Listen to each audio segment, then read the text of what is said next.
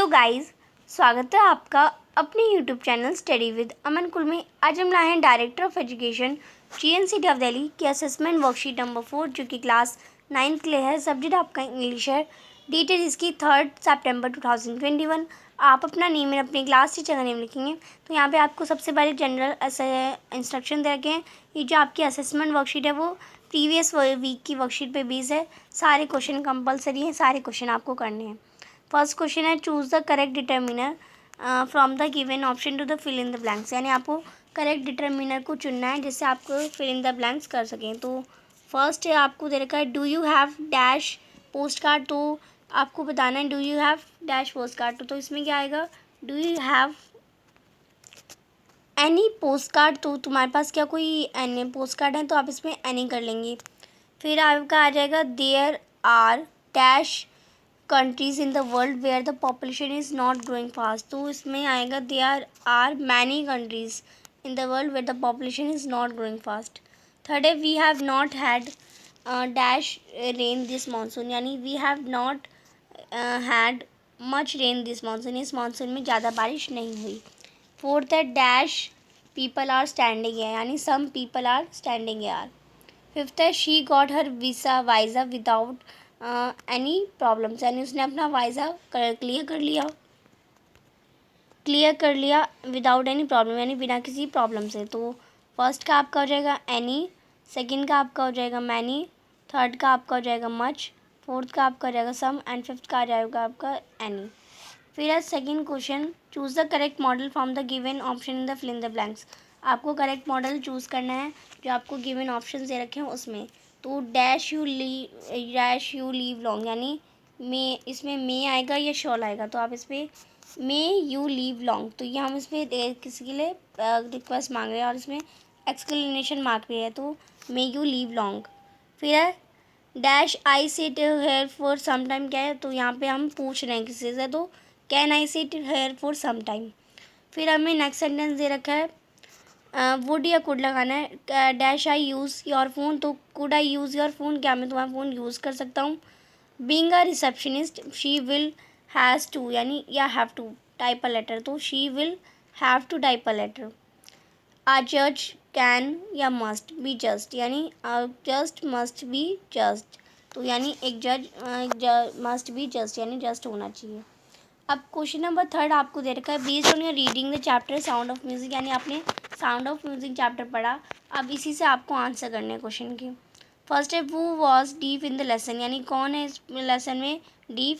And when were हज deepness verse notice. यानी उसकी डीपनेस कब नोटिस करी, पहली टाइम। तो आप इसका आंसर करेंगे जो एवलिन थी, Evelyn was deep in the lesson. जो एवलिन थी वो डीप थी लेसन में और उसकी डीपनेस फर्स्ट बार नोटिस करी थी जब वो 8 साल की थी। And when she turn 11 her deepness was confirm. यानी जब वो 11 साल की हुई तो उसकी डीपनेस कंफर्म हो गई। क्वेश्चन नंबर सेकेंड है how did Evelyn get admission to the Royal Academy of Music London. यानी एवलिन को एडमिशन कैसे मिल गया रॉयल अकेडमी ऑफ म्यूज़िक में।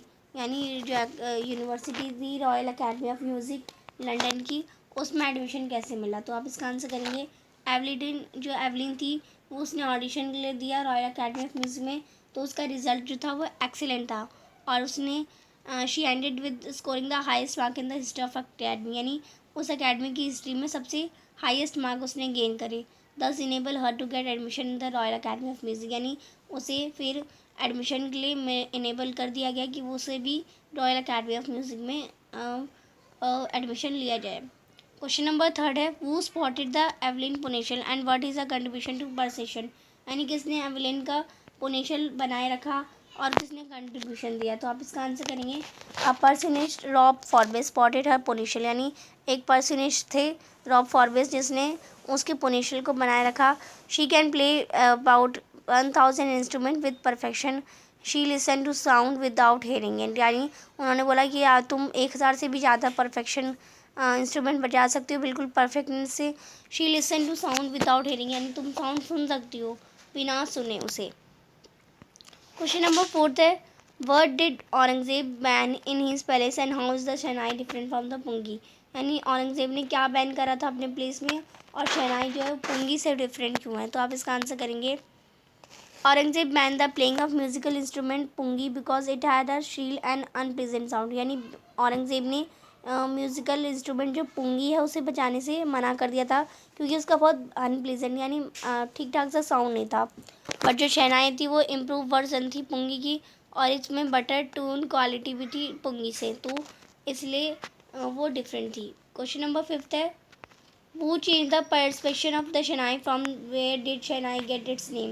तो किसने परसेप्शन दे रखा था शहनाई का और शहनाई को अपना नाम कहाँ से मिला? तो आप इसका आंसर करेंगे Bismillah Khan change the perception of shehnai, यानी बिस्मिल्लाह खान ने परसेप्शन चेंज कर दिया शहनाई का। शहनाई को फर्स्ट टाइम प्ले करा था एक बारबर ने, जिसे हम नाई कहते हैं, और ये सबसे पहले चैम्बर यानी एम्बरर के चैम्बर में प्ले यानी शाह में प्ले हुई थी।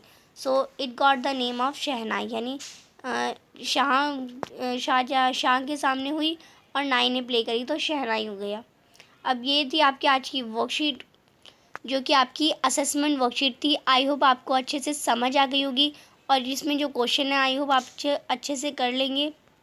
अभी तक आपने मेरे चैनल को सब्सक्राइब नहीं किया है तो प्लीज़ मेरे चैनल को सब्सक्राइब करें और उसके बाद आने वाले बेल आइकन को प्रेस करें, जिससे आपको हर वीडियोस की नोटिफिकेशन टाइम से मिलती रहे। हम आपके लिए इतनी मेहनत करते हैं तो आप एक सब्सक्राइब तो ज़रूर कर सकते हैं। आपकी एक सब्सक्राइब से मुझे बहुत खुशी मिलती है। ये वीडियो अच्छी लगती है तो लाइक करिए, दोस्तों के साथ शेयर करिए, और आपने अभी तक हमारा टेलीग्राम ग्रुप ज्वाइन नहीं किया तो आपसे ज्वाइन कर सकते हैं। साथ ही आप हमें इंस्टाग्राम पर ही फॉलो कर सकते हैं।